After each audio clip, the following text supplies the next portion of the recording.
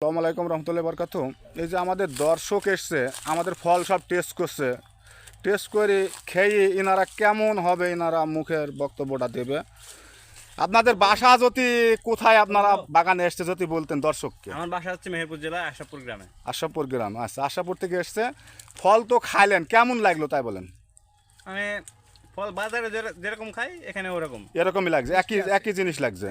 তাহলে অনেক সুন্দর ফল, তাই না? হ্যাঁ, অনেক সুন্দর ফল। এখনো পাকবে, কিন্তু পাকেনি। এখনো যদি পাকে আরো ভালো লাগবে। হ্যাঁ, আরো যদি পাকে তাহলে ভালো লাগবে, আরো মিষ্টি হবে। তো দর্শক, আপনারা জনগণের বক্তব্য শুনলেন। ফল খেয়ে এনারা এসছে মেহেরপুর থেকে, আমার নার্সারিতে কিছু চারা কিনতে এসছে। ফল খেয়ে এদের ভালো লেগেছে, তো এখন এরা কিছু চারা কিনবে।